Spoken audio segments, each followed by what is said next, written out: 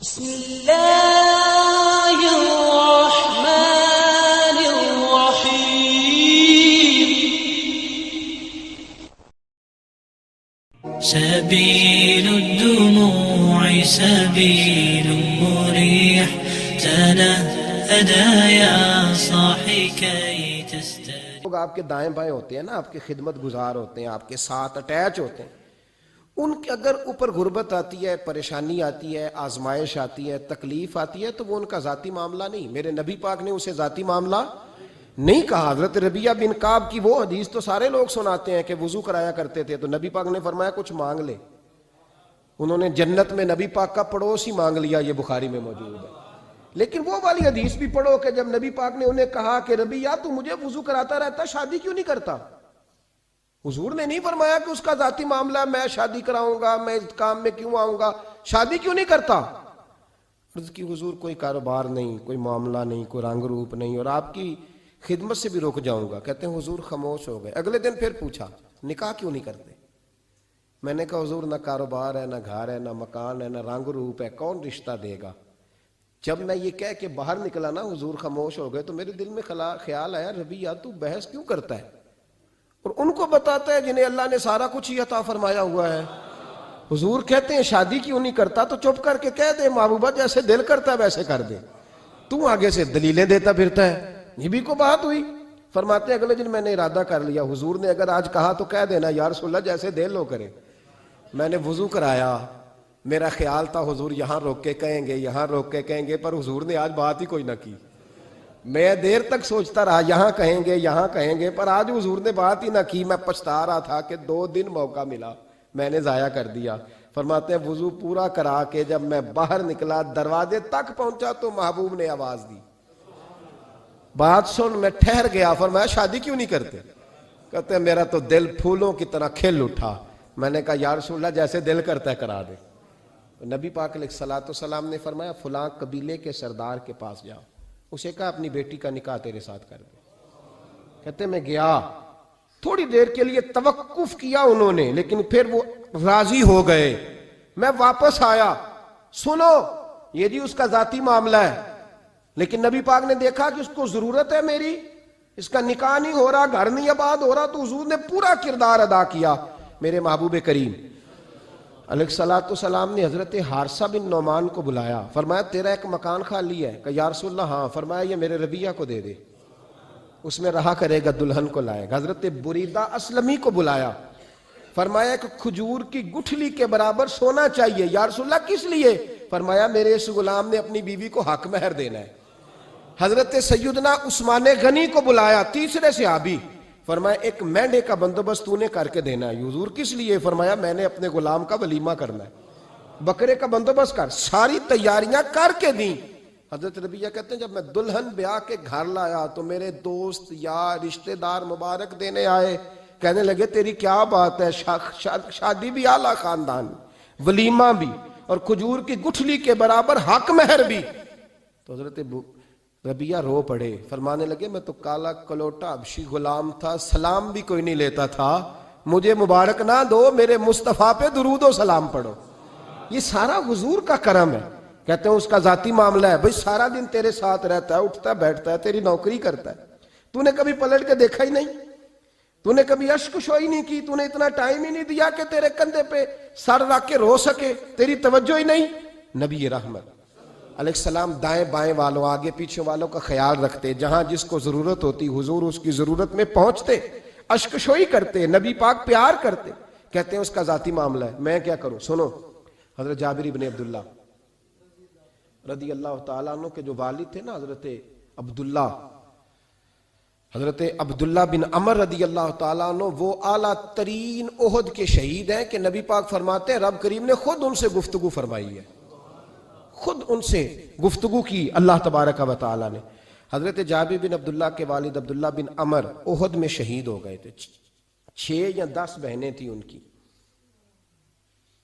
قرضے چڑھ گئے، کاروبار میں نقصان ہو گیا.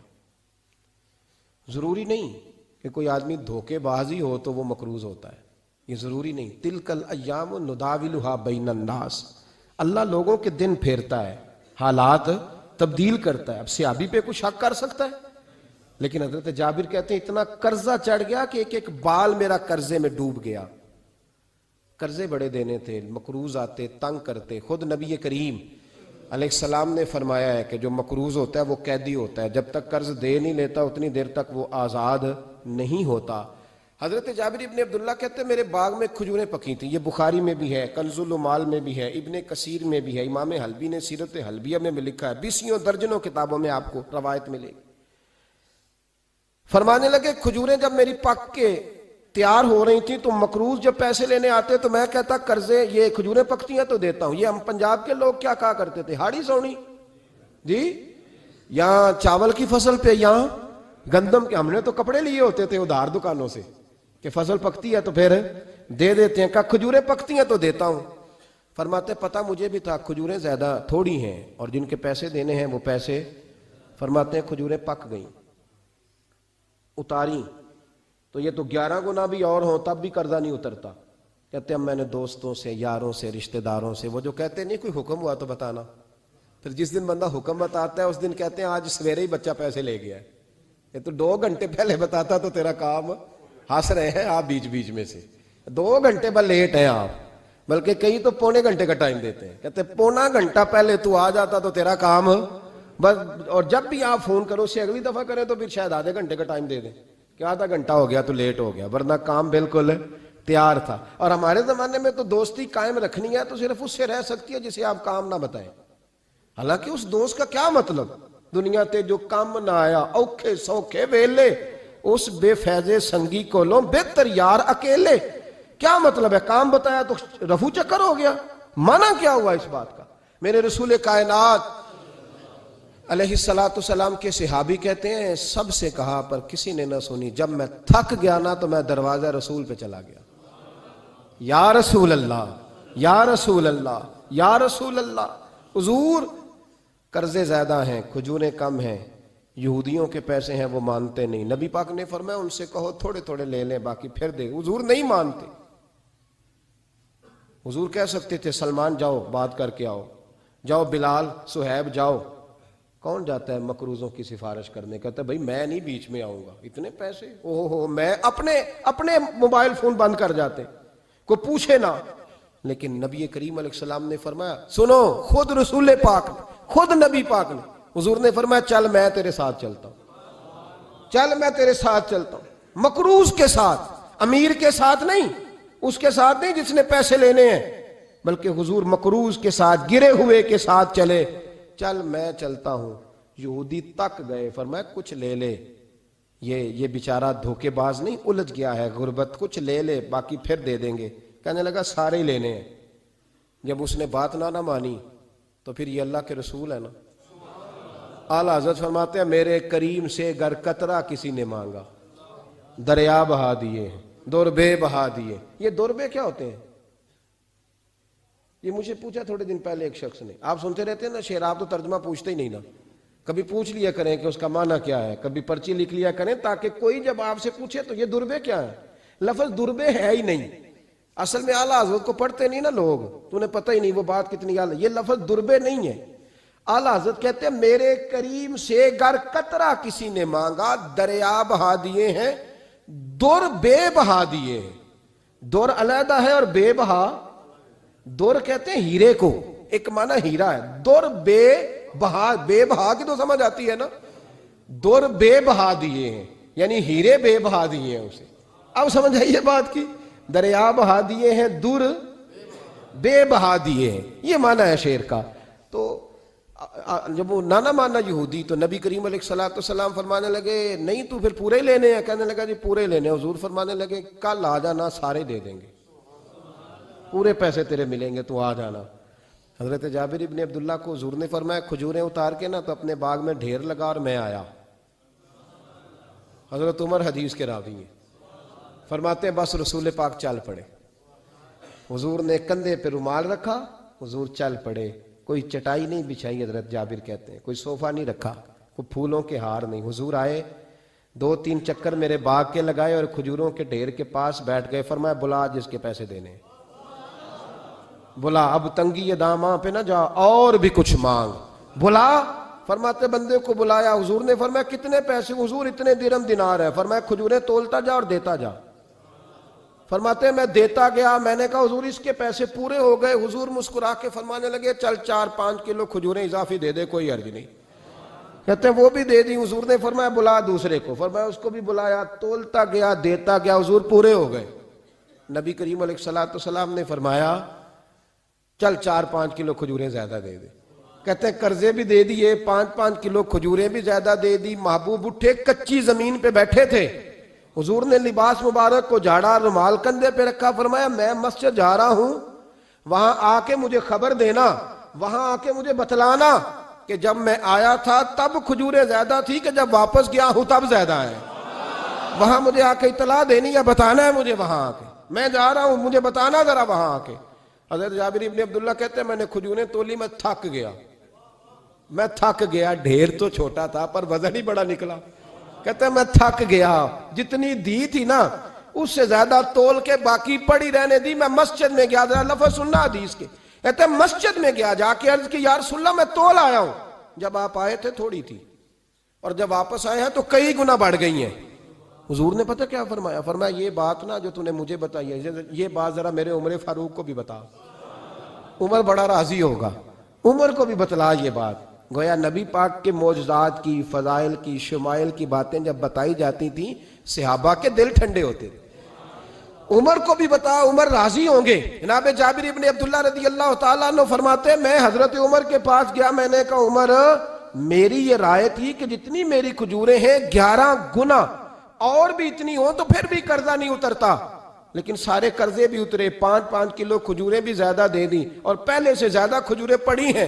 تو کہتے ہیں حضرت عمر کی آنکھیں روشن ہو گئیں، چہرہ مسکرانے لگا، کہنے لگا تو اب بتا رہا ہے نا، اب واپس آ کے رزلٹ سنا رہا ہے، تو صحابہ سے پوچھ لے جب نبی کریم گئے تھے تو میں نے اسی وقت کہا تھا، حضور کے جاتے ہی میں نے کہا تھا اب دیکھنا رب کریم جابر بن عبداللہ پر ساری ہی رحمتیں نازل فرما دے، اللہ ہر قسم کا کرم فرمائے گا، خیر ہی خیر ہو جائے گی، دیکھ لے میں نے پہلے بتلا دیا۔ میرے نبی پاک سلام چھوٹی چھوٹی باتوں کا خیال رکھ، چھوٹی چھوٹی چیزوں پر توجہ دیتے، خیال کرتے کس کو کس وقت کس چیز کی کہاں حاجت ہے، اس کی وہ حاجت پوری کی جاتی، اس کا دھیان رکھا جاتا۔ حضرت جابر خود فرماتے، یہ مسلم کے لفظ ہے، فرماتے ایک دفعہ میں حضور کے ساتھ جہاد پہ گیا تھا، میرا اونٹ کمزور تھا، میں پیچھے رہ گیا۔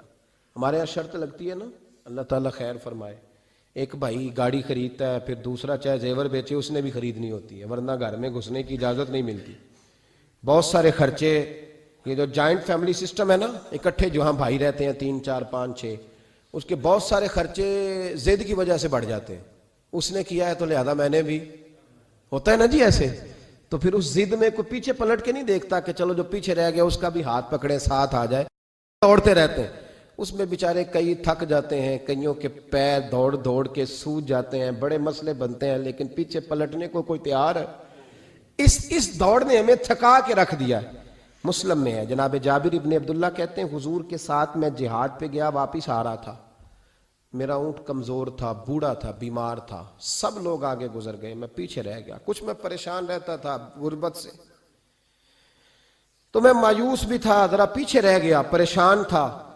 فرماتے ہیں نبی پاک نے نا 2-3 دفعہ پلٹ کے دیکھا، ادھر دیکھو، میں نے اپنی زندگی میں بڑے لوگ دیکھے ہیں، وہ امیروں میں چلے گئے، پیچھے پلٹ کے انہوں نے غریبوں کو کبھی نہیں دیکھا، کہ وہ ایک دوست ہوتا تھا ہمارا جو ماڑا ہے غریب ہے، پلٹ کے نہیں دیکھا۔ کہتے ہیں نبی کریم علیہ السلام نا آگے گئے، سب سے آگے، حضور نے 2 4 5 دفعہ نا پیچھے پلٹ کے دیکھا۔ جابر ابن عبداللہ کہتے ہیں جب میں نظر نہ آیا تو میرے محبوب کا انداز کریمانہ دیکھیں، حضور اعلانیہ فرمانے لگے، بھئی مجھے جابر نہیں نظر آ رہا، بے خبر ہو جو غلاموں سے، وہ آقا کیا ہے، وہ آقا کیا ہے۔ یہاں ہمارے استاد جب یہ حدیث پڑھا رہے تھے نا، یہ حدیث پڑھا رہے تھے تو اچانک رونے لگ گئے۔ میں نے کہا حضور کیا ہوا، رو کیوں پڑے؟ تو کہنے لگے یار سوچتا ہوں جو محبوب جہاد سے واپسی پر اپنے غلاموں کو نہیں بھولے، وہ میدان محشر میں کیسے بھول جائے گی؟ وہ وہاں بھی پوچھیں گے فلانا کدھر گیا، فلانا کدھر گیا، ایک ایک کا نام لیں گے، حضور نام لیں گے، ہماری موج بن جائے گی۔ نبی کریم نے پلٹ کر کے دیکھا، جابر نہیں نظر آ رہے، حضور ان کا اونٹ کمزور ہے، پیچھے رہ گئے۔ حضور نے یہ نہیں فرمایا کہ ذرا آہستہ کرو ساتھ، یہ نہیں فرمایا، بلکہ نبی پاک نے فرمایا تم چلو۔ قافلہ چلتا رہا، حضور نے گھوڑا پیچھے کی طرف موڑا، سب سے پیچھے آئے۔ جناب جابر کہتے ہیں پیچھے میرے پاس، اس حکمت کو آپ سمجھیں، حدیث کے ان لفظوں پر آپ غور کریں۔ ایک کہہ کے کہنا ذرا اس کو میرے پاس لاؤ، یہ بات اور ہے، ذرا آہستہ ہو جا، وہ بھی ساتھ مل جائے، لیکن یہ معنی اور ہے کہ غریب جہاں بیٹھا ہے اس کے پاس خود چل کے جانا۔ حضور خود پلٹ کے پیچھے آئے اور فرماتے ہیں میں چونکہ پریشان تھا تو محبوب میری طرف دیکھ کے فرمانے لگے اس کو دوڑاتا کیوں نہیں، پیچھے کو رہ گیا؟ تو کہتے ہیں مایوس بندہ، پریشان بندہ کبھی کبھی وہ اس طرح بولتا ہے کہ جیسے کڑ رہا ہے، تھوڑا سا نا سخت ترش باتیں بھی کرتا ہے۔ کہتے ہیں میں نے اس عالم میں نا، میں نے کہا حضور اس قابل ہوتا تو سب کے ساتھ مل نہ جاتا، کمزور ہے، ماڑا ہے، مہران ہے، اور وہ بھی پرانی جو چل ہی نہیں سکتی، یہ کہاں یا رسول اللہ دوڑے گا، اس قابل ہی نہیں ہے۔ حضور اس قابل ہوتا تو قافلے کے ساتھ نہ ہوتا۔ کہتے ہیں حضور نے میری طرف توجہ فرمائی، میں باتیں کر رہا تھا اپنے اندر کی پریشانی کی، تو حضور مسکراتے جا رہے ہیں۔ حضور کے ہاتھ میں چھڑی تھی، فرمانے لگے ایسے ہی تو باتیں کر رہا ہے۔ نبی پاک نے اونٹ کی پشت پہ چھڑی لگائی اور فرمایا تو دوڑتا کیوں نہیں؟ بڑے ہلکے سے مسکرا، اوے تو دوڑتا کیوں نہیں؟ تو جناب جابر بن عبداللہ کہتے ہیں جو سب سے پیچھے تھا نا وہ سب سے آگے نکل گیا، وہ دوڑتا گیا، دوڑتا۔ فرماتے ہیں میرا چہرہ بھی عجیب سا، لوگ میرے انداز دیکھیں کہ یہ کیسے آگے نکل گئے، کیسے، کبھی نہ سوچ یہ کیسے نکل گیا، بس سمجھ لے آگے وہی نکلا ہے جسے مصطفیٰ کی تھپکی مل گئی ہے۔ تو یہ نہ کہ سیاست کر گیا، چلاکی کر گیا، بس تھپکی مل گئی تو بات بن گئی۔ کہتے ہیں میں نکل گیا آگے، حضور کی تھپکی جو ملی تھی۔ حضرت جابر بن عبداللہ کہتے ہیں حضور گھوڑا دوڑا کے میرے پاس آئے، خود حضور نے میرا اونٹ تیز کرایا نبی پاک کی برکت سے۔ تو قریب آ کے فرمانے لگے ٹھہر جا یار، ہم بھی تیرے قافلے میں، ہمیں بھی ساتھ لے لے۔ فرماتے اب تو میں رو ہی پڑا کہ خود بھیک دیں، خود ہی کہیں منگتے کا بھلا ہو، ٹھہر جا یار ہمیں بھی ساتھ لے لے۔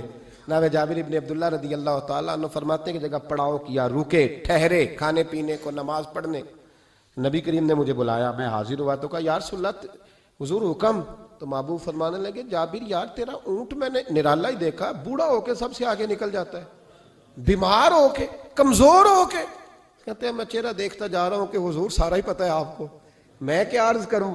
تو محبوب فرمانے لگے پسند آ گیا ہے، بیچ نہیں دیتے میرے ہاتھ؟ کہا یا رسول اللہ آپ رکھ لیں، حضور آپ کا یہ۔ فرمایا نہیں میں پیسے دوں گا۔ کتنے کا ہے؟ کہا یا رسول اللہ آپ رکھ لیں۔ فرمایا پیسے دوں گا۔ یا رسول اللہ مارکیٹ میں جاؤں تو 6-7 دینار کا بکے گا۔ فرمایا نہیں بھائی میں تو پورے 10 دوں گا۔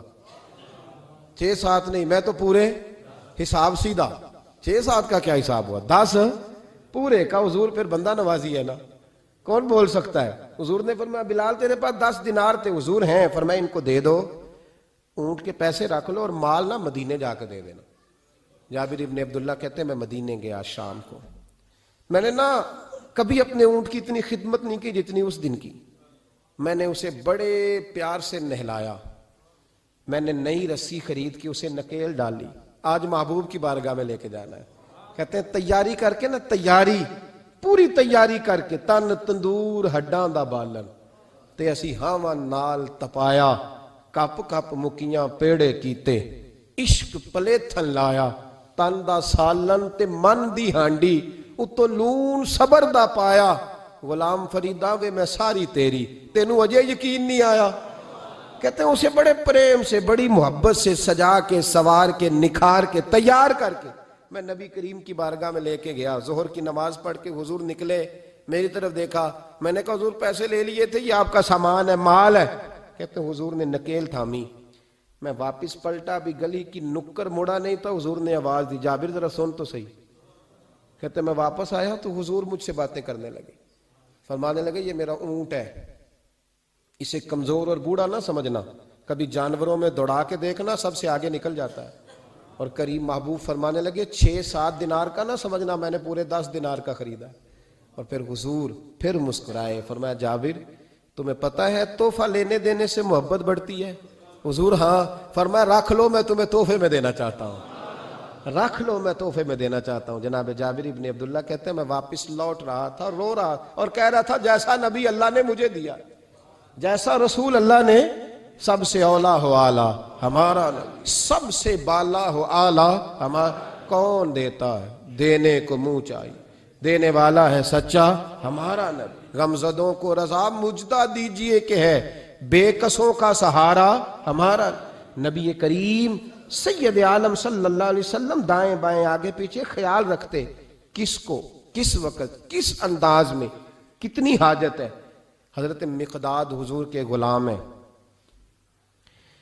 وہ کہتے ہیں میں تھا اور میرے ساتھ 2 صحابہ اور تھے، ہمیں بھوک لگ گئی، مدینے میں کچھ قحط کا سما تھا، کئی دنوں سے بارش نہیں ہوئی تھی، فصلیں نہیں پکی تھیں، فرماتے ہیں بھوک نے بڑا ستایا۔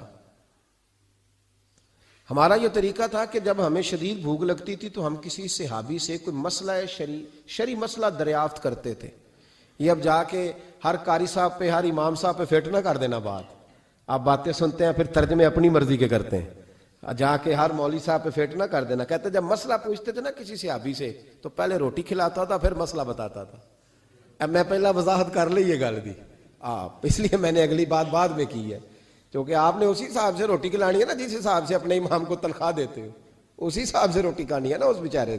تو فرمانے لگے کہ جب ہم کسی شخص سے کسی صحابی سے مسئلہ پوچھتے تو پہلے وہ، اس لیے یہ جو آستانوں پہ لنگر ہوتا ہے، یہ جو بزرگان دین خانقاہوں پہ لنگر رکھتے ہیں، یہ صحابہ کا طریقہ ہے کہ جس کو دین بتایا جاتا تھا اسے پھر لنگر بھی کھلایا جاتا ہے۔ بہت سارے لوگ اس کا مذاق اڑاتے ہیں کہ یہ کیا ہے، بھئی یہ رسول اللہ کی سنت ہے، صلی اللہ پڑھیے درود صلی اللہ چلے، جنہوں نے پہلے نہیں پڑھا وہ بھی شامل ہو جائیں، پڑھیں صلی اللہ تعالی علیہ وسلم۔ فرماتے ہیں اس دن بڑی بھوک لگی، 3 دوست تھے ہم، 3 صحابہ تھے، ہم نے حضرت ابوبکر صدیق کو گلی میں کھڑا کر لیا۔ سب صحابہ کے حالات کچھ نہ کچھ ان دنوں میں ٹائٹ تھے، کمزوری تھی، چونکہ فصلیں نہیں تھی، بارشیں نہیں تھی۔ ابوبکر ایک مسئلہ پوچھنا ہے، کہتے کھڑے کھڑے جناب صدیق اکبر نے کہا پوچھو، پہلے روٹی بھی ساتھ پوچھتے تھے، کہنے لگے چلو پوچھو، کہتے مسئلہ پوچھا اور بتا کے رخصت ہو گئے۔ پھر ہم نے حضرت عمر سے پوچھا، انہوں نے بھی سوال کا جواب دیا پر کھانا نہ پوچھا۔ پھر 2-3 اور لوگوں کو ہم نے ٹٹولا، لیکن اس دن سب نے مسئلہ ہی بتایا، روٹی نہیں پوچھی۔ حضرت مقداد کہتے ہیں ہم نے پروگرام بنایا حضرت عبد الرحمن ابن عوف سے مسئلہ پوچھنے کا، تو میرے ساتھ والے دونوں کہنے لگے بس کر، بڑے آزما لیے، اب چل سیدھا دروازہ رسول پہ چلے، اب مسئلہ پوچھنا ہے تو ان سے پوچھنا ہے جن سے سن کے ساری دنیا مسئلے بتاتی ہے، انہی سے پوچھتے ہیں، ڈائریکٹ چلتے ہیں۔ کہتے ہیں ہم آئے مسجد نبی میں، حضور بیٹھے تھے، حضرت مقداد کہتے ہیں ہماری بکریوں کے تھنوں میں دودھ خشک ہو گیا تھا، حضور تشریف فرما تھے، السلام لی، دست بوسی کی، اتحیات میں بیٹھ گئے، حضور ایک مسئلہ پوچھنا تو حضور مسکرائے، فرمانے لگے لگتا ہے بھوک لگ رہی ہے تم تینوں کو، مجھے مسئلے کی سمجھ آ گئی، بھوک لگی ہوئی ہے یا رسول اللہ بڑی؟ فرمایا میری 4 بکریاں ہیں اور اللہ نے فضل کیا قحط میں بھی ان کے تھن دودھ سے بھرے ہوئے ہیں۔ فرمایا جاؤ، 3 تم ہو، چوتھا میں ہوں، اس طرح کرنا 3 بکریوں کا دودھ تم پی لینا، 1 کا میرے لیے لے آنا۔ کہتے ہیں یا رسول اللہ ہم پی آئے، تو حضور نے فرمایا رکو، جب تک تمہارا دل کرے میرے مہمان بن سکتے ہو۔ فرماتے ہم 3 دن نبی پاک کے مہمان رہے، صبح و شام 4 بکریوں کا دودھ دھوتے، 3 کا پی لیتے، 1 پیالہ حضور کے لیے رکھ لیتے۔ فرماتے ہیں تیسرا دن آیا نا، حضرت مقداد کہتے ہیں وہ تو سو گئے دودھ پی کے، پر وہ جو نبی پاک کے لیے پڑا تھا نا، میری بار بار توجہ اس کی طرف جاتی، بار بار، اور میرے اندر سے آواز آتی کہ حضور کو تو بڑی خدمت کرتے ہیں صحابہ، تو حضور نے تو شاید کچھ اور کھا لیا ہو تو پی نہ لوں۔ کہتے ہیں کئی دفعہ میں نے روکا پر میں نہ ہی اپنے آپ کو روک سکا، میں پی گیا حضور کے حصے کا بھی دودھ۔ جب میں پی گیا وہ دودھ، کہتے ہیں اب پینے کے بعد جو پریشانی ہوئی وہ زیادہ تھی، دل میں خیال آیا اگر حضور ناراض ہو گئے کہ بھئی تمہیں تمہارے حصے کا دودھ دیا تھا اور مسلسل 3 دن سے مل رہا ہے پھر کیوں پیا، اور حضور ناراض ہو گئے تو گرا جو ان کی نگاہ سے وہ سنبھل نہیں سکتا۔ فرمانے لگے اسی پریشانی میں میں تھا کہ حضور آ گئے، اب تو میرا وجود کانپنے لگا، سرکار سیدھے اس پیالے کی جانب گئے جس میں دودھ ہوتا تھا۔ فرماتے ہیں نبی پاک نے اٹھایا کپڑا، اٹھایا برتن، دودھ نہیں تھا، حضور نے پوچھا نہیں کون پی گیا ہے، بلکہ نبی پاک نے ہاتھ اٹھایا کہ اللہم اطعم من اطعمنی واسقی من سقانی، یا اللہ جو مجھے کھلائے تو اسے کھلا، جو مجھے پلائے تو اسے پلا۔ حضرت مقداد کہتے ہیں میں نے کہا اوہو یہ تو بڑی قیمتی دعا مل رہی ہے، بکریاں میری جو بکریاں تھی وہ تو پہلے نہیں دودھ دے رہی، تھنوں میں دودھ خشک ہے، اور اتنی بڑی دعا کہ جو کھلائے اسے کھلا، جو پلائے اسے پلا۔ نبی کریم علیہ السلام کی دعا سنی تو کہتا میں بستر کے اندر منہ دیا ہوا تھا، جھٹ سے میں نے کپڑا اتارا، چھری پکڑی اور اپنے باڑے میں چلا گیا کہ ایک بکری ذبح کر کے لاتا ہوں حضور کو کھلاتا ہوں تاکہ یہ دعا مجھے مل جائے کہ یا اللہ جو مجھے کھلائے تو اسے کھلا. فرماتے ہیں میں بکریوں کے باڑے میں گیا، جن بکریوں کو کئی دن ہو گئے تھے دودھ نہیں دیا تھا، جیسے ہی میں نے چراغ جلایا میں حیران ہو گیا کہ سب کے تھن دودھ سے بھرے ہوئے. کہتے میں نے 3-4 بکریوں کا دودھ دھویا، برتن میں بھرا، محبوب کی بارگاہ میں لایا. کہتے ہیں حضور نے خوش ہو کے پیا. جب پی لیا نا نبی کریم نے تو حضور فرمانے لگے چل میں نے تیرا لایا پی لیا، اب یہ بتا میرا کس نے پیا تھا. اب وہ والی بات کرنا جس کے گچھے سے لچھے جڑے نور کے، ان ستاروں کی نزہت پہ لاکھوں سلام، ان کے خطبے کی ہیبت پہ کروڑوں درود، ان کی باتوں کی لذت پہ لاکھوں سلام، جس کی تسکین سے روتے ہوئے ہنس پڑے، اس تبسم کی عادت پہ فرمایا بتا میرے والا کس نے پیا؟ کہا یا رسول اللہ بڑا روکا اپنے آپ کو، پر محبوبت آپ کی بکریوں کے دودھ کی لذت ہی کیا ہے. حضور نہیں روک سکا تو محبوب کریم فرمانے لگے اچھا اکیلے پی گئے ہو، جا پھر دودھ بھی تو میرا پی گیا ہے اور میں تیرے لیے پھر دعا کرتا ہوں کہ یا اللہ اس نے مجھے پلایا تو اسے پلا، اس نے مجھے کھلایا تو اسے کھلا. نبی کریم ہر اس شخص کا خیال رکھتے جو بھوکا ہوتا، جو پیاسا ہوتا، جو کمزور ہوتا. تھوڑا تھوڑا دائیں بائیں دیکھ، یہ حضور کی سیرت کا بہت بڑا پہلو ہے. تھوڑا تھوڑا دائیں بائیں آگے پیچھے ضرور دے. یقیناً جب آپ کسی کے کام آتے ہیں تو آپ کو آزمائش سے گزرنا پڑتا ہے. یقیناً میں نے اپنے دور میں یہ منظر دیکھا ہے، اگر آپ ہاتھ پھیلا رہے ہیں تو آپ مانگنے والے ہیں، اور اگر آپ ہاتھ نہیں پھیلا رہے تو لوگ کہتے ہیں پتہ نہیں کوئی تو چکر ہوگا. اگر آپ سوال نہیں کر رہے تو پھر لوگ کہتے ہیں کوئی تو ایسا کھاتا ہوگا جہاں سے دولت، یعنی کوئی ایسی سمت نہیں جہاں آپ محفوظ رہ سکیں. آپ کو دونوں جانب سے لوگ گھیریں گے، دونوں جانب سے. جب آپ کسی کے کام آئیں گے، جب آپ کسی تک پہنچیں گے، جب آپ کسی کو، اور میں نے یہ بھی دیکھا ہے، میں ساری حفظ ما تقدم کے طور پہ آپ کو سمجھا رہا ہوں. آپ نے کسی شخص کی مدد کر دی نا، آپ نے مدد کی تو وہ بھی کئی دفعہ بدگمان ہوتا ہے کہ اس کے پاس بڑا کچھ تھا تبھی تو مدد کی نا اس نے، حالانکہ آپ نے ان باتوں پہ غور نہیں کرنا. یہ ساری چیزیں آئیں گی، کیونکہ اگر کسی شخص کی بری عادت کی وجہ سے آپ اپنی اچھی چھوڑ دیں گے تو پھر آپ کا نقصان ہوگا، اس کا نقصان. نبی پاک کے اخلاق یہی ہے کہ سامنے والا جو مرضی کرے، ہم نے وہ کرنا جس کا درس ہمارے نبی نے ہمیں دیا ہے، ہم نے وہ کام کرنا ہے جس کا پیغام ہمارے رسول نے ہمیں دیا. اس لیے بڑی خیر کریں، دائیں بائیں آگے. کچھ لوگ بہن بھائیوں سے اچھا سلوک کرتے ہیں، جواب میں اچھا سلوک نہیں ملتا، مجھے پتہ ہے نہیں ملتا، تو آپ یہ بتائیں کہ ان کے ساتھ اچھا سلوک اللہ کو راضی کرنے کے لیے کیا تھا یا جواب لینے کے لیے کیا تھا؟ آپ نے نہیں دیکھنا کہ سامنے والا کیا کر رہا ہے، آپ نے یہ دیکھنا ہے کہ اللہ کس بات میں راضی، اللہ کے رسول کس بات میں راضی، میری آخرت کا نفع کس چیز میں، میری روح کو، میرے ضمیر کو اطمینان کیسے ہے. یہ تصور رکھ کے جب خیر کریں گے تو پھر اللہ بڑی ہی بھلائی عطا کرے گا. آخر دعوانا ان الحمدللہ رب العالمین.